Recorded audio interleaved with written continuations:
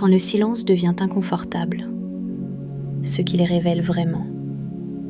Le silence est souvent présenté comme quelque chose de désirable, un idéal, une récompense, une preuve que l'on est apaisé, centré, aligné. Dans l'imaginaire collectif, le silence est synonyme de paix intérieure. Et pourtant, dans l'expérience réelle, il peut provoquer tout l'inverse. Il peut déranger, oppresser, mettre mal à l'aise, parfois même angoisser. Ce paradoxe est rarement expliqué. Le silence n'est pas inconfortable en lui-même. Ce qui est inconfortable, c'est ce qu'il met en lumière. Le matin, le silence est particulier. Il arrive à un moment où les défenses psychiques sont encore basses. Le mental n'a pas encore été happé par les sollicitations extérieures. Les automatismes de la journée ne sont pas encore totalement installés.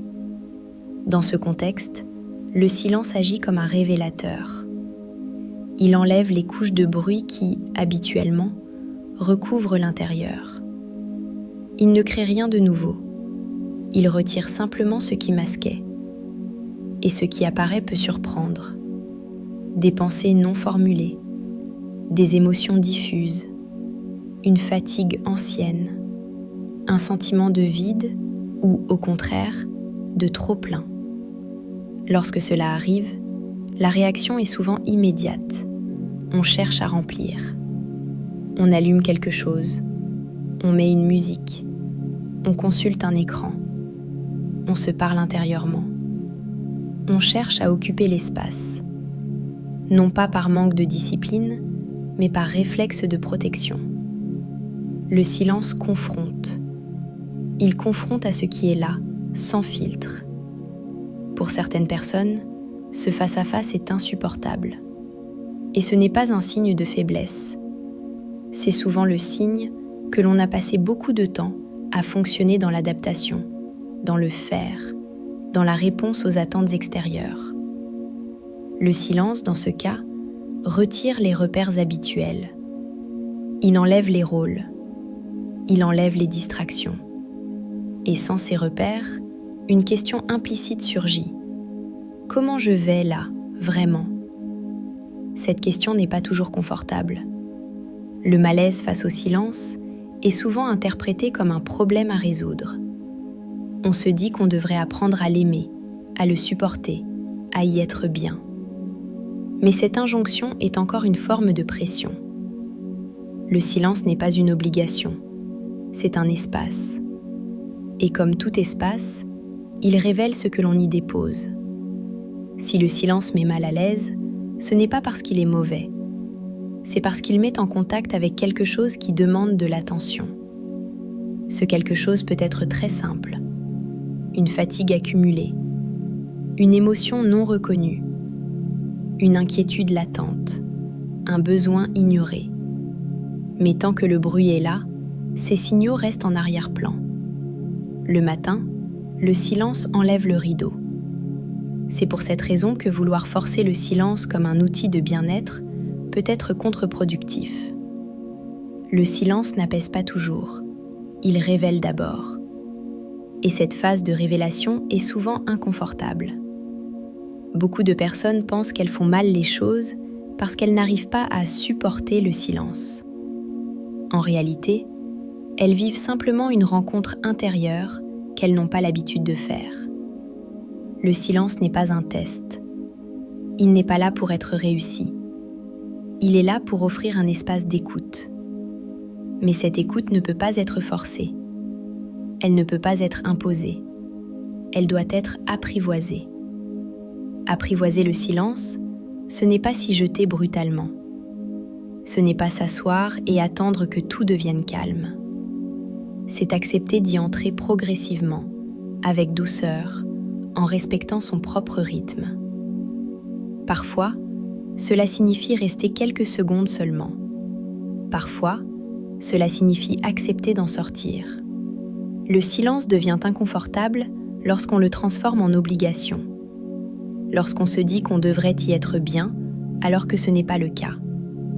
À l'inverse, lorsqu'on le considère comme un espace d'observation, Sans attente particulière, il change de nature.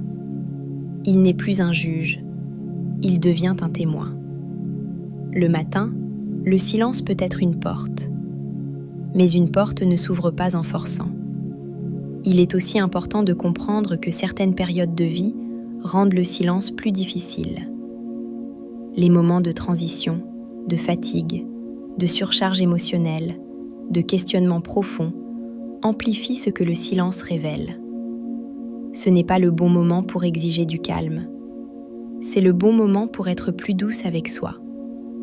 Le silence n'est pas là pour t'apaiser immédiatement. Il est là pour t'informer. Et lorsque tu acceptes cela, lorsque tu cesses de vouloir qu'il produise un effet précis, il devient moins menaçant. Il perd son caractère oppressant. Il n'est plus un vide à combler. Il devient un espace à habiter, à petite dose, quand c'est possible. Le matin, tu n'as pas besoin d'aimer le silence. Tu n'as pas besoin de t'y sentir bien. Tu n'as pas besoin d'y rester longtemps. Tu peux simplement reconnaître ce qu'il révèle, sans chercher à le changer. Et souvent, c'est à ce moment-là que le silence commence, doucement, à se transformer. Non pas en paix immédiate, mais en espace respirable. Changer de posture, pas de matin. Moins d'efforts, plus de présence. Quand on réalise que le matin n'est pas un problème à corriger, une autre question apparaît naturellement. Si le matin n'a pas besoin d'être réparé, qu'est-ce qui peut réellement changer ? La réponse est simple, mais pas toujours évidente à intégrer. Ce n'est pas le matin qu'il faut transformer. C'est la posture avec laquelle on y entre. Pendant longtemps, on nous a appris à agir sur les circonstances, à modifier l'extérieur, à ajuster les comportements, à trouver la bonne méthode, la bonne organisation, la bonne routine. Et cette logique s'est naturellement appliquée au matin. Si le réveil est difficile, on cherche quoi faire de plus. Si le mental est agité, on cherche comment le calmer. Si le silence dérange, on cherche comment le remplir autrement. Mais cette approche ajoute souvent de la complexité à ce qui est déjà sensible. Changer de posture, c'est faire exactement l'inverse. C'est retirer de l'effort là où il y en a trop. C'est arrêter d'intervenir systématiquement. La posture dont il est question ici n'est pas mentale. Ce n'est pas une nouvelle façon de penser. C'est une attitude intérieure, très fine, presque invisible. C'est le passage du faire à l'être. Au lieu de te demander « Qu'est-ce que je dois faire pour que mon matin se passe mieux ?», tu peux doucement déplacer la question vers « Comment est-ce que je suis avec ce qui est là, maintenant ?»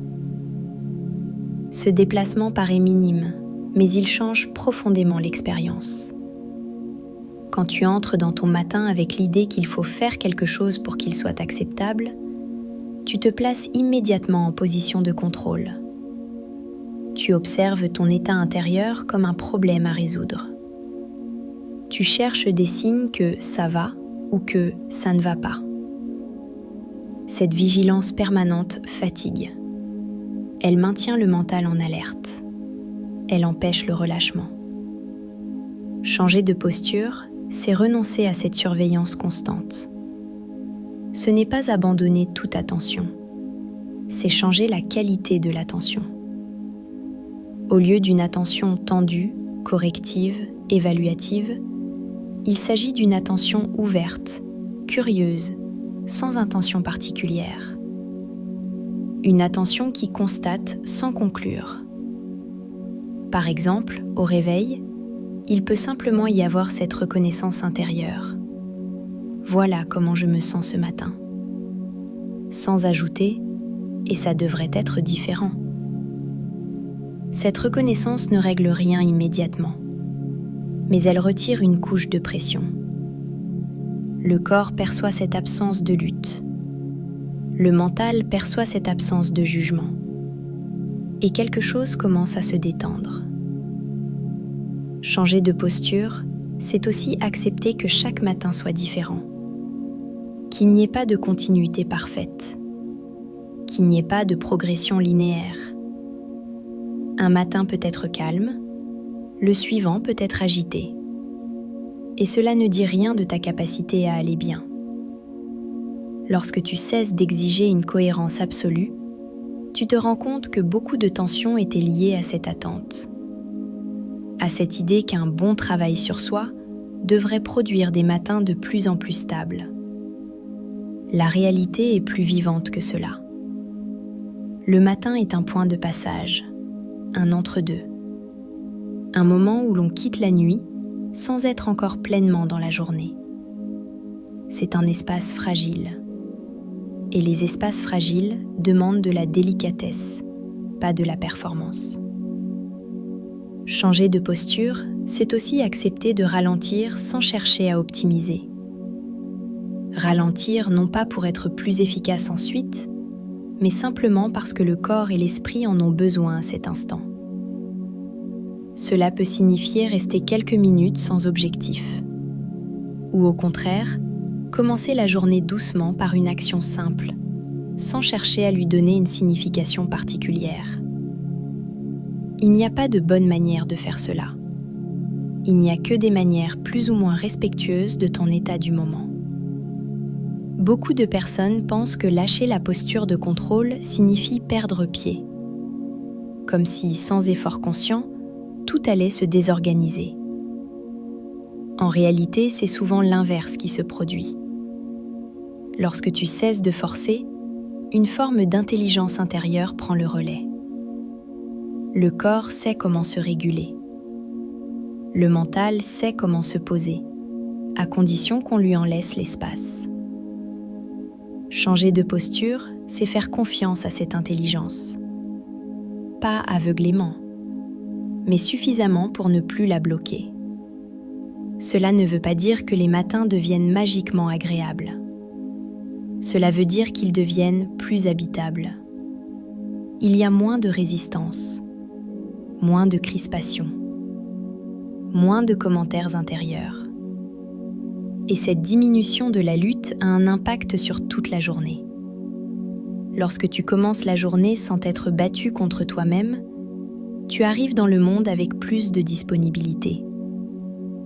Pas forcément plus d'énergie, mais plus de présence. Elle est disponible chaque matin, sans effort, sans condition.